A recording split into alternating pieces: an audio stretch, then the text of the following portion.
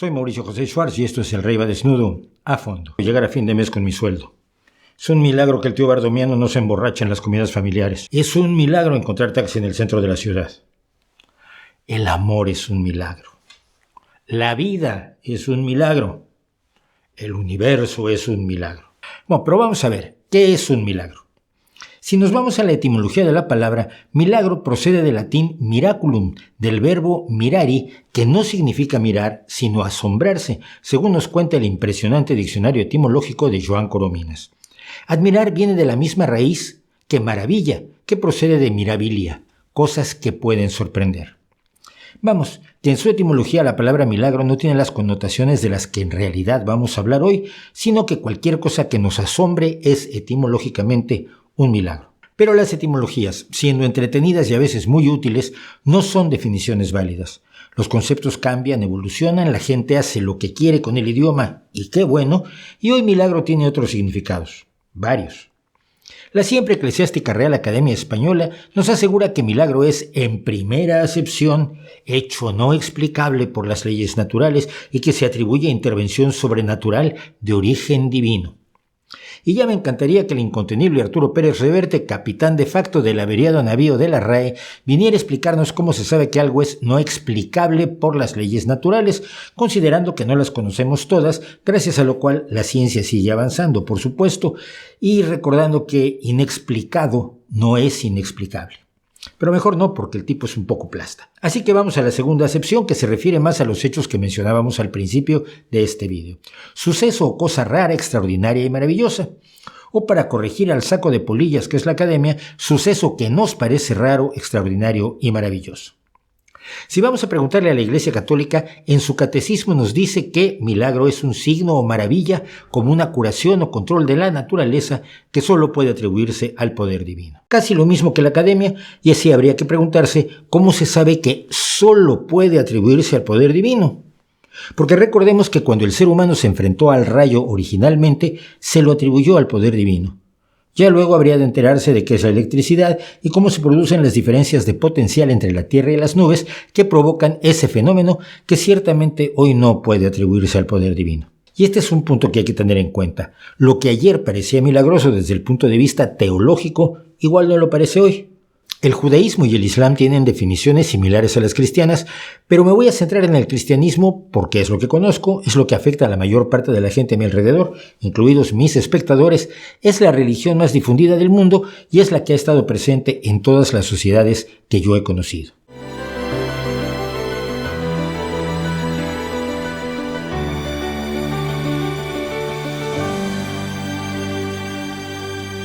La Biblia comienza con un milagro. La creación del todo a partir de la nada, a cargo de un Dios que, por cierto, nunca nos dicen a qué se dedicaba antes de este acontecimiento singularísimo, pero que sabemos que después de él se dedicaría a matar o mandar matar gente al mayoreo. Y a partir de allí se generan otros vastos milagros. Tan solo en el libro del Génesis, la confusión de las lenguas por el tema de la Torre de Babel, la concepción y parto de Sara, la anciana esposa de Abraham, que da a luz a Isaac, o la curación mágica también de los vientres de Rebeca y de Raquel para que pudieran concebir 2 hijos cada una. En el libro del Éxodo tenemos las plagas para obligar al faraón a liberar a los hebreos a los que supuestamente mantenía como esclavos. Por cierto, no hay una sola indicación arqueológica de que los hebreos fueran jamás esclavos en Egipto. La separación del Mar Rojo para que dichos hebreos huyeran mientras se ahogaban los ejércitos del faraón, el gran milagro del maná, ese alimento procedente del cielo con el que se alimentaron los hebreos en su vagar por el desierto durante 40 años, un tiempo, por cierto, un tanto exagerado. Verá usted, según la Biblia, los israelitas salieron de Egipto por donde hoy está más o menos la ciudad de Avaris y fueron a Israel, digamos a Jerusalén. Pues bien, el recorrido a pie entre ambas ciudades que nos sugiere hoy Google Maps es de 706 kilómetros, que caminando unos 10 kilómetros diarios, que no es tanto, se convierte en 70 días, no en 40 años. Y eso porque la situación política actual nos obligaría a bajar hasta la ciudad de Taba, en el Golfo de Aqaba, porque si pudiéramos bordear directamente el Mediterráneo, la distancia serían unos 359 kilómetros, 36 días de viaje a pie.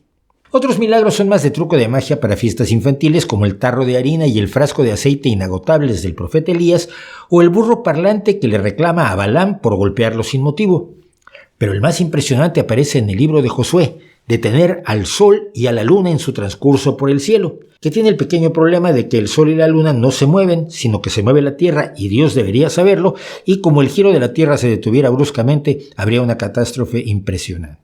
El Antiguo Testamento es un catálogo de milagros continuos. Cada vez que el Dios hebreo habla con uno de sus profetas o elegidos es un milagro. Cada vez que les dé el triunfo en sus interminables guerras, un milagro más. Ya fuera que provocara muertes, como la de 24,000 israelitas con una plaga por adorar a un Dios pagano, o que impidiera que Nabucodonosor quemara a Sadrach, Mesach y Abed-Negó en un horno, o que incluso resucitara difuntos, que causara enfermedades o las sanara. La presencia de la deidad es incesante y a veces extremadamente cruel, como se cuenta en el segundo libro de los Reyes, cuando unos muchachos se burlaron de Eliseo por ser calvo, y éste los maldijo en nombre de Dios, por lo cual aparecieron 2 osos que despedazaron a 42 de esos jóvenes.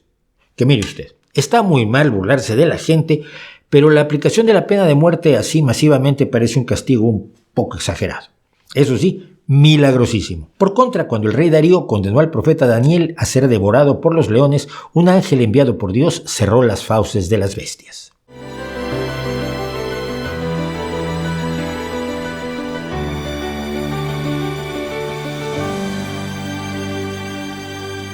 La santidad o deidad de Jesucristo en el Nuevo Testamento comienza también con un milagro, la concepción misma del Salvador que se produce en una mujer virgen.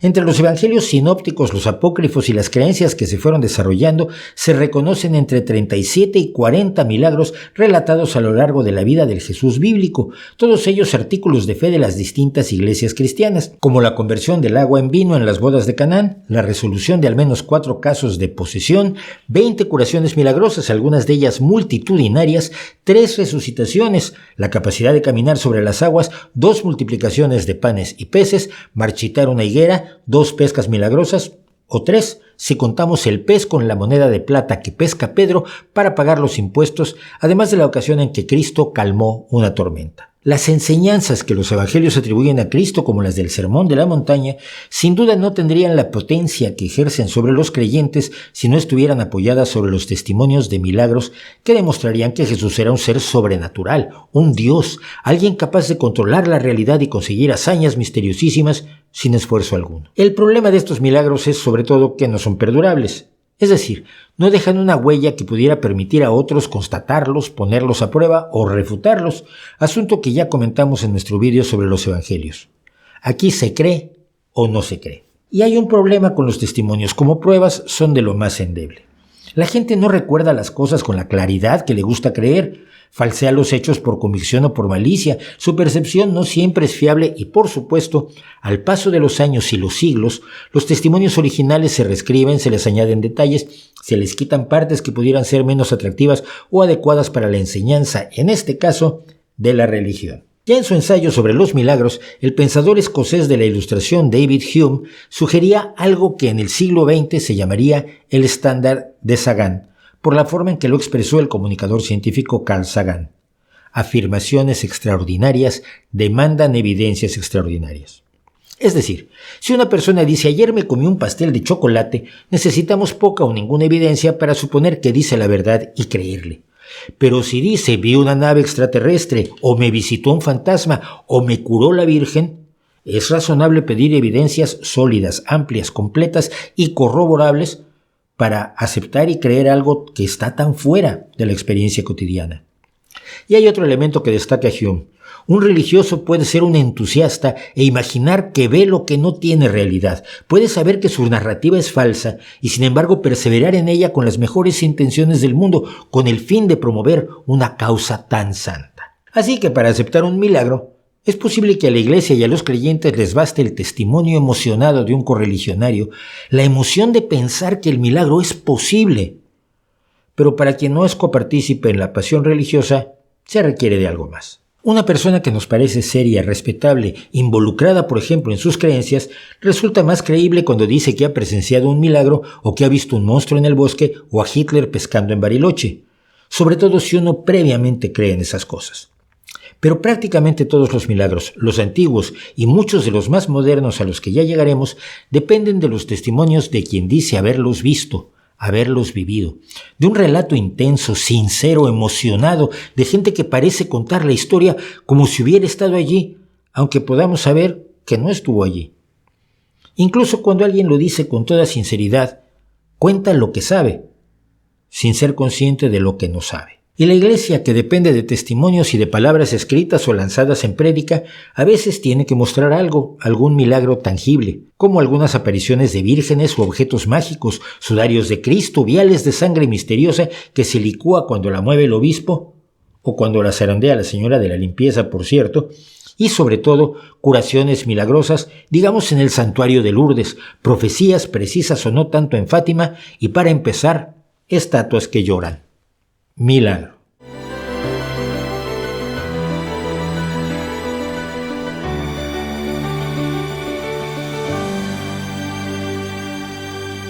Cuando hay un hecho aparentemente milagroso y perdurable, uno pensaría que los líderes de la iglesia a cargo del hecho correrían presurosos a desafiar con ello a los científicos, validando así de modo incontrovertible la naturaleza mística, sobrenatural y divina del acontecimiento. Vamos, sería una bofetada en la cara de todo el conocimiento científico acumulado desde Copérnico, un objeto sagrado que desafiara las leyes de la física, no sé, por ejemplo, un cáliz volador, y que físicos y magos fueran y estudiaran el cáliz que sigue volando sin que se explique con magnetismo o un hilito o algún otro recurso. El cáliz flotaría desafiando a los científicos, casi riéndose en su cara sin explicación posible, y los religiosos se montarían una fiestaca porque la ciencia había encontrado su némesis y tenía que aceptar lo sobrenatural, lo preternatural y lo divino. Pero en realidad lo que ocurre es lo contrario.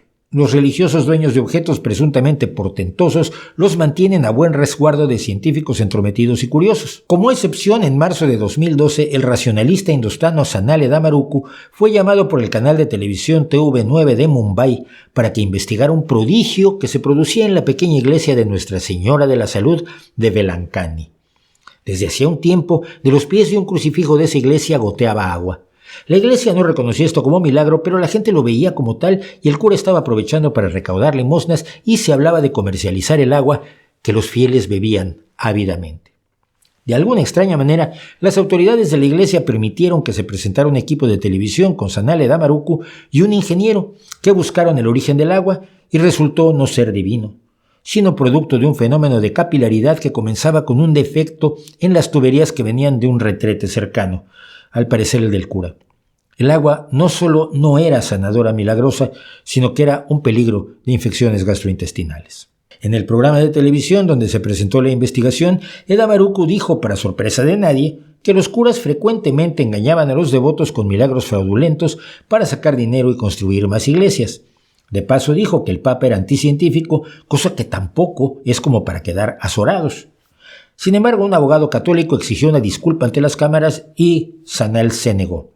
A partir de ahí se produjo una demanda penal contra el racionalista basada en las leyes antiblasfemia de la India. Para evitar una prolongada y horrible prisión preventiva, Damaruku tuvo que huir a Finlandia, donde sigue viviendo más de una década después. El hambre de milagros en el mundo de las religiones es enorme. Vale dejar constancia, más allá del cristianismo, por ejemplo, que en el mundo del hinduismo hay notables embusteros como el políticamente poderoso Satya Sai Baba, que solía usar trucos de prestidigitación para hacer aparecer ceniza sagrada, relojes y un huevo de oro. Cuando el mago y desenmascarador James Randi lo exhibió, el gobierno de la India invitó al mago a salir del país antes de que sufriera un lamentable accidente. Esa hambre de milagros hace que, por ejemplo, se considere un milagro cualquier mancha, formación o combinación de colores al azar que tenga un parecido, así fuera lejano, con la idea que tienen algunos de sus figuras religiosas. El caso más conocido en los últimos años fue un sándwich de queso a la plancha en el cual se quiere ver la imagen de la Virgen María, aunque podría ser igual Madonna, la reina Isabel I o mi vecina del Quinto. Por supuesto, estas imágenes son más producto de la mente de quienes las ven que de la realidad, y sería curioso que fueran producto de la voluntad de alguna deidad que necesitara presentarse, como dicen que lo ha hecho Cristo, en una mancha de humedad en la pared, en un sándwich, un pancake, un pan nan de la India o la ecografía de un feto en desarrollo.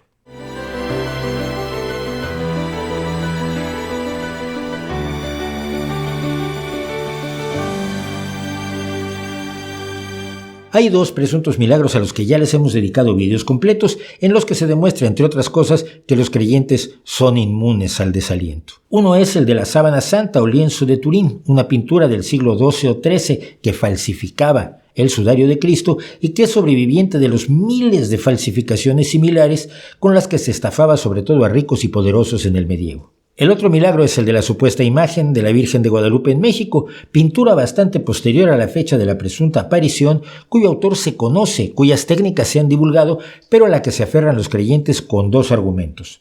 Uno, que en los ojos de la Virgen se ve una escena como fotografiada.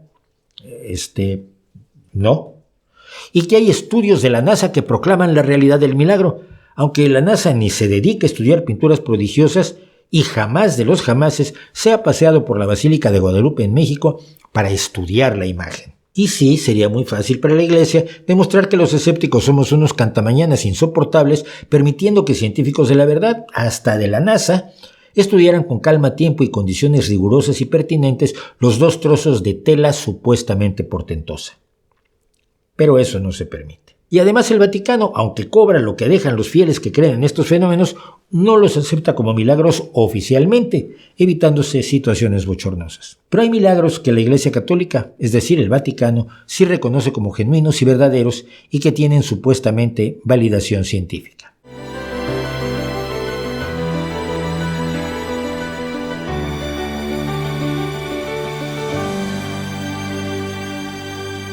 Milagros en Lourdes es una frase común, al menos en España y México, para expresar incredulidad cuando alguien propone algo asombroso. Esta frase se refiere al santuario de Nuestra Señora de Lourdes, ubicado precisamente en el poblado de Lourdes, en los Altos Pirineos, en Francia. Según la historia, la adolescente campesina Bernadette Soubirous afirmó haber visto a una dama cerca de una gruta del pueblo en 18 ocasiones entre el 11 de febrero y el 16 de julio de 1858. La dama, supuestamente, dijo ser la Inmaculada Concepción, pidió a la joven que bebiera del manantial que había en la gruta y que le dijera a los sacerdotes que debían construirle allí una capilla en la gruta para que la gente fuera a adorarla. La historia se extendió, la gente empezó a ir a la gruta y en 1861 el sacerdote y el arzobispo locales inteligentemente compraron la gruta y la tierra a su alrededor y empezaron a construir la primera de las iglesias que se han alzado allí. Con el tiempo se contó que el agua del manantial tenía la capacidad de producir curaciones milagrosas y muchos enfermos en esos años en que la medicina científica apenas estaba naciendo se dirigieron al lugar a beber el agua esperando curarse. Algunos dijeron haberse curado, esto se consideró milagroso y el asunto se puso en marcha. El agua fue analizada, eso sí, por químicos independientes con las primitivas herramientas de mediados del siglo XIX y determinaron con absoluta certeza que era agua, lo cual no impide que se venda el agua de Lourdes en distintas formas. ¿Y el agua cura? Pues nadie lo sabe. De las miles de personas que aseguran haberse curado de los más diversos males, la Iglesia Católica solo acepta 70 casos como milagro. Que mire usted, si el 100% de las personas que van a Lourdes se curaran, sería preciso aceptar el milagro y de paso mandar por un frasquito de agua para cuando uno se pone malo, se le sube la presión o se contagia de algo muy peligroso como la COVID. Pero eso no pasa. En Lourdes supuestamente hay una comisión de médicos que analizan a las personas que van a curarse, les hacen todos los análisis clínicos pertinentes y cuando se curan les vuelven a hacer análisis para cerciorarse de que la curación fue instantánea e inexplicable médicamente y por tanto muy milagrosa. No tiende a dudar de estas afirmaciones porque mire, los números no cuadran. Cada año visitan Lourdes 6 millones de personas. Es el sitio sagrado más visitado del mundo. La Meca, que es destino obligatorio para todos los musulmanes, apenas suma 2 millones de visitantes al año. Supongamos ahora que 5 millones de ellos van en plan de turismo espiritual. Nos queda 1 millón, yo diría más, pero seamos cautos, 1 millón de personas, es decir, 2.740 personas diarias con las más diversas afecciones que van a buscar curarse. Me perdona usted si no me creo que les hagan análisis clínicos completos a tantas personas al día, se gastarían todos los ingresos del santuario y del pueblo y mucho más. Y todo ello para certificar 70 milagros en total, el último en 2013. Es decir, que desde ese momento hasta hoy que grabamos esto, han pasado por el santuario 66 millones de personas que no se curaron de nada. ¿Y las que sí se curaron, fue por un milagro? ¿O podría ser una remisión espontánea, de esas que hoy siguen siendo el gran negocio de muchos charlatanes?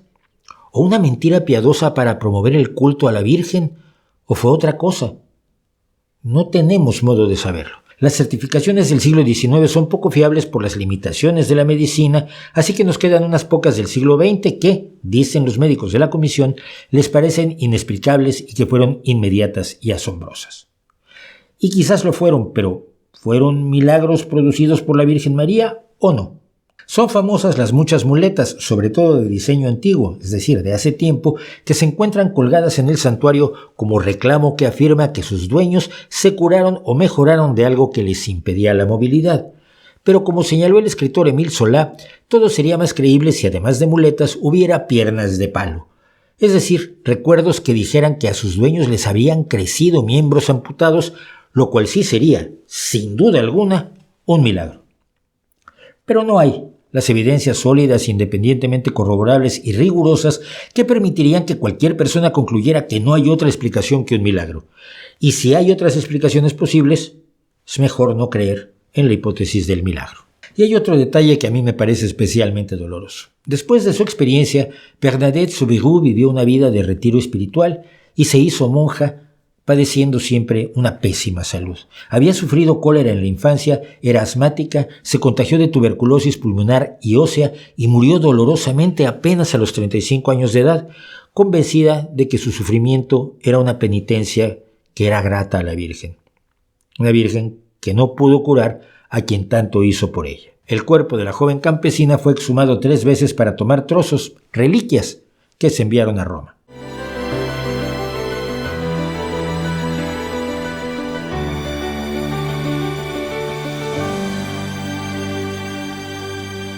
No se puede hablar de milagros sin que un creyente católico salte entusiasta desafiando al mundo con el milagro del sol, un milagro razonablemente reciente de 1917 que supuestamente vieron miles de personas. Eso tiene que haber sido obra de Dios, aunque no queda muy claro para qué. La historia es conocida y repetitiva en la Iglesia. Las vírgenes no suelen presentarse ante todo un pueblo para maravillar a las multitudes y decirles quiero un templo para que me adoren. No. Se presentan a gente humilde en lugares apartados y en grupos pequeños, a 1, 2, 3, cuando muchos 6, generalmente niños. Eso fue lo que supuestamente ocurrió en Fátima, Portugal, cuando los niños pastores Lucía dos Santos y sus primos Francisco y Jacinta Marto vieron primero un ángel 3 veces en 1916 y después, en 1917, se les apareció 6 veces la Virgen María, más brillante que el sol, decían, que les pidió que se entregaran a la Santísima Trinidad y rezaran el rosario todos los días para traer la paz al mundo y terminar con la guerra, refiriéndose, claro, a la Primera Guerra Mundial que por esos días se peleaba en buena parte del mundo. El primer milagro que se atribuye a esta aparición son los 3 secretos que la Virgen les confió a los niños, uno de ellos verdaderamente profético. El primero era una simple visión del infierno y el sufrimiento de los pecadores que no tiene nada de secreto y que es la base de gran parte de las creencias religiosas. Pero el segundo fue una predicción del fin de la Gran Guerra, la primera, y de que si la gente seguía ofendiendo a Dios, se produciría otra guerra durante el pontificado de Pío XI. El segundo secreto sería bastante impresionante como profecía. Aquí hemos hablado de lo vagas que suelen ser las profecías de famosos videntes como Nostradamus, pero esta daba al menos un dato exacto. Resulta, sin embargo, menos impresionante si tenemos en cuenta que Francisco y Jacinta murieron en 1919 en la epidemia de gripe y que Lucía no reveló los secretos sino hasta 1941, por lo que su revelación cuenta como profecía del pasado. Y con el problema de que la Segunda Guerra no se desató durante el pontificado de Pío XI, que murió en febrero de 1939, para ser sucedido un mes después por Pío XII, y la guerra comenzó el 1 de septiembre con la invasión de Polonia a cargo de las fuerzas de Hitler. Mire, profetizar el pasado parece muy sencillo, pero profetizarlo mal es toda una hazaña. El tercer secreto, que no fue revelado sino hasta el año 2000, fue que el Papa, no especificaba cuál, sería asesinado por un grupo de soldados que le dispararían balas y flechas. Juan Pablo II decidió interpretar este secreto como una profecía del atentado que sufrió en 1981. ¿Por qué no? Despachados esos milagros como esencialmente inexistentes, queda lo que se dice que aconteció el 13 de octubre de 1917, el milagro del sol. Los niños habían dicho a los fieles que debían ir a Fátima en determinadas fechas a presenciar los milagros que iba a hacer la Virgen María. Varios miles de personas estaban reunidas el 13 de octubre en el lugar de las apariciones y después de una lluvia, algunos testigos dijeron que el sol apareció más opaco que de costumbre, que había girado y lanzado luces multicolores por el lugar. Pero otros testigos dijeron que no, que el sol se lanzó hacia la tierra, se detuvo y volvió a su posición haciendo un movimiento de zigzag. Otros dijeron que no, que el sol danzó. Otros solo vieron colores y muchos no vieron absolutamente nada. Los niños originales que allí estaban no vieron al sol danzando. Vieron visiones de Jesús, Nuestra Señora de los Dolores, Nuestra Señora del Monte Carmelo y San José, todos bendiciendo a la gente que no se enteró de tal maravilla por estar viendo al sol. Es decir, que no hay un milagro del sol, sino muchos, dependiendo de a qué testigo le pregunte uno. Fotografías como esta, tomada en el momento en que la gente miraba al sol, nos indican que el fotógrafo estaba muy interesado en la gente, pero no pareció resultarle llamativo girar la cámara hacia el sol y registrar lo que pasaba, que cualquier fotógrafo pensaría que si pasaba algo, había que tomarle una foto. Y eso ocurrió con todos los fotógrafos, varios de ellos que estaban presentes. Ninguno registró ninguna anomalía solar. Pero, ¿habría una explicación realista, materialista, natural de lo que dijeron algunos testigos? Pues sí, el sol puede aparecer de colores durante un parhelio, un fenómeno óptico que se puede dar con muchas partículas de hielo en las nubes como las que cubrían a Fátima. Y puede presentarse como manchas brillantes en el cielo, un fenómeno que dura unos pocos minutos, como se supone que duró el milagro del sol. El escritor de ciencia Benjamin Radford hacía una observación además relevante. Si el sol hubiera danzado, lo habrían visto todas las personas que en ese momento estaban viviendo de día, es decir, que podían ver el sol en cualquier lugar del mundo. El sol es un fenómeno cósmico, no ocurre localmente, como sí ocurren algunos fenómenos como el parhelio, o como ocurre cuando uno comete la tontería de ver directamente al sol durante largo tiempo, lo cual suele dar la impresión de que el sol se está moviendo al cansarse e irritarse los músculos de los ojos. Y están además las postimágenes del sol fijadas en la retina de muchos testigos que podrían explicar la danza del sol. Esto lo podemos o lo hemos experimentado todos al ver una luz durante un largo rato y después experimentar la postimagen que queda en nuestras retinas. Es muy probable también que la gente viera lo que quería ver, lo que esperaba ver y en algunos casos incluso que afirmara haberlo visto para no sentirse apartados de sus afortunados vecinos. Y esto también ha ocurrido en muchos otros milagros del sol porque no es el único. Y cuando un milagro no es único, resulta menos milagroso. Así, ha habido milagros del sol en Tilly-sur-Seulles, en Francia, en 1901, en Onkerzele, Bélgica, en 1933, en Bonate, Italia, en 1944, Espis, Francia, en 1946, Geroldsbach, en Alemania, en 1949, Aquaviva Platani, Italia, en 1950, Ferbach, Alemania, en 1950, Keresin, en Francia, en 1953, San Damiano, Italia, en 1965, Trefontane, también en Italia, en 1982, Quibejo, en Ruanda, en 1983 y Medjugorje, Serbia, en 1981. Es decir, un fenómeno bastante común. Y todo lo ocurrido o todo lo testificado por quienes lo vieron, aunque no haya pruebas de que nada ocurrió, tiene una explicación científica, tanto meteorológica como fisiológica, y si se tiene una explicación así, la explicación milagrosa sobra. No se trata de afirmar contundentemente que no se trata de un milagro, sino de establecer con claridad que nadie ha podido demostrar que efectivamente se trate de un milagro y por tanto no es conveniente adoptar esa hipótesis para explicar nada. Es como si alguien viene a decirme que su perro recita el monólogo de Segismundo en La vida es sueño. No soy yo quien tiene que demostrar que no lo hace, sino que le toca demostrar a esa persona que efectivamente su perro salchicha Justin Bieber es capaz de abordar las líneas de Calderón de la Barca con cierta soltura.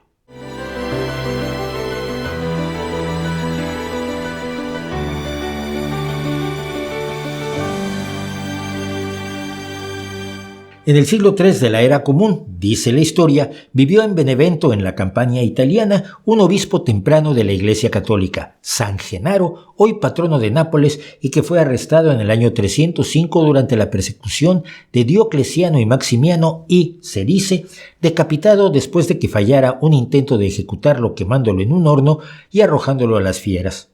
una piadosa mujer recogió algo de la sangre del obispo en una ampolla de cristal.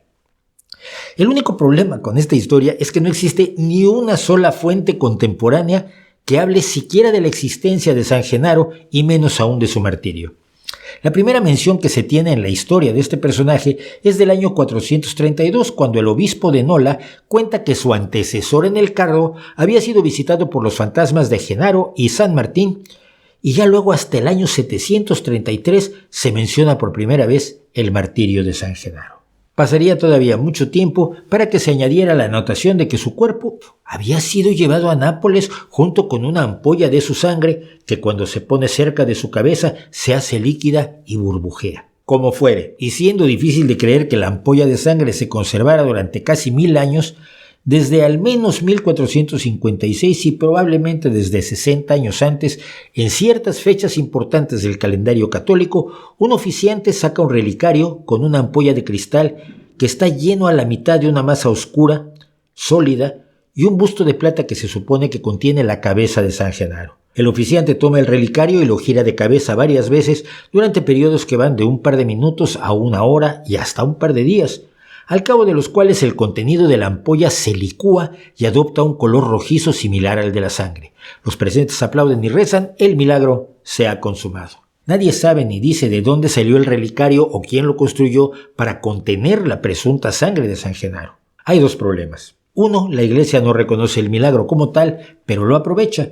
Y dos, no permite en modo alguno que nadie haga un análisis del contenido de la ampolla, lo cual por supuesto resolvería toda duda. Pero la ciencia conoce hoy mucho acerca de cosas como los fluidos no newtonianos que en distintas condiciones se comportan como sólidos o como líquidos, en especial los llamados fluidos tixotrópicos. El Comité Italiano para la Investigación de lo Paranormal, SICAP, del que era miembro Umberto Eco, dijo que la sustancia estaba basada en cloruro de hierro y que probablemente la descubrió un alquimista en el medievo. En vez de demostrar que no era así con un análisis químico, la Iglesia decidió acusar a Eco y a sus colegas de tratar de minar la creencia en la religión. Pero ya en 1890, el químico Albini afirmó que había reproducido el fenómeno con chocolate en polvo y suero de leche, mientras que en 1991, Luigi Garlaschelli informaba a la revista Nature que su equipo del Departamento de Química Orgánica de la Universidad de Pavia había replicado el espectáculo con sustancias disponibles en el siglo XIV,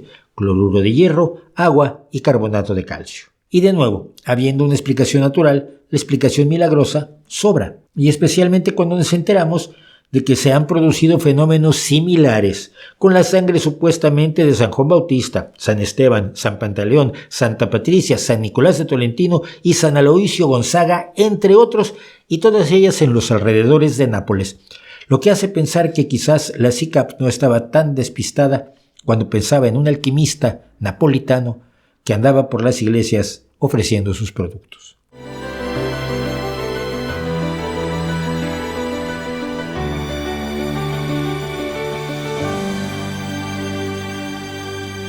No hay un solo milagro demostrado que cumpla con la definición que da la propia Iglesia de milagro, que sea inexplicable científicamente y que sea claramente sobrenatural. Los milagros que nos proponen o son indemostrables o serían fácilmente verificables si la Iglesia diera acceso a las evidencias físicas. Y todo esto sin entrar en los milagros claramente falsificados, como los que ya repasamos en este canal cuando hablamos de los estigmas y las reliquias creadas al gusto del cliente. Si la fe y la solidez de la creencia de usted en su religión se basa en la aceptación de milagros cuya veracidad es cuando menos endeble y cuya plausibilidad es casi inexistente, tal vez es oportuno que se plantee si no sería mejor buscar enfrentar la realidad con bases más sólidas. Porque mire, lo sobrenatural, que era tan común en tiempos más ingenuos e ignorantes, se ha ido desvaneciendo de nuestra experiencia cotidiana conforme avanza el conocimiento de nuestra realidad. Los misterios de ayer son las razonables certezas de hoy y el miedo a fuerzas desconocidas ya no es aceptable. No, las enfermedades, las guerras, las tragedias no son castigos de dioses malcriados y caprichosos, sino asuntos de la naturaleza y de nosotros, los seres humanos, que debemos hacernos responsables. Y las buenas nuevas, los avances contra la enfermedad, las mejores condiciones de vida, la esperanza de un mañana mejor para más gente, no dependen de complacer el narcisismo de un creador que se comporta con los modales del rey Joffrey en Juego de Tronos, sino que son logros de la ciencia, la solidaridad y la bondad humanas, cosas que no necesitan dioses para expresarse. Milagros los hay, pero en la segunda acepción de la RAE. Sucesos extraordinarios y maravillosos, pero que dependen únicamente de la naturaleza y de nosotros que somos parte de la naturaleza. Y mientras más pronto dejemos de asumir como reales las fantasías que creó una humanidad infantil sobre un mundo invisible, indemostrable y temible, más milagros de esos vamos a poder hacer, logros asombrosos como volar, curar el cáncer, comunicarnos a distancia, explorar el macrocosmos y el microcosmos, tratarnos mejor los unos a los otros y comprender los mecanismos de un universo real y de una vida en la que, como dijo Marie Curie, no hay nada que temer, solo cosas que deben comprenderse y que se pueden comprender sin milagros, ¿no cree usted?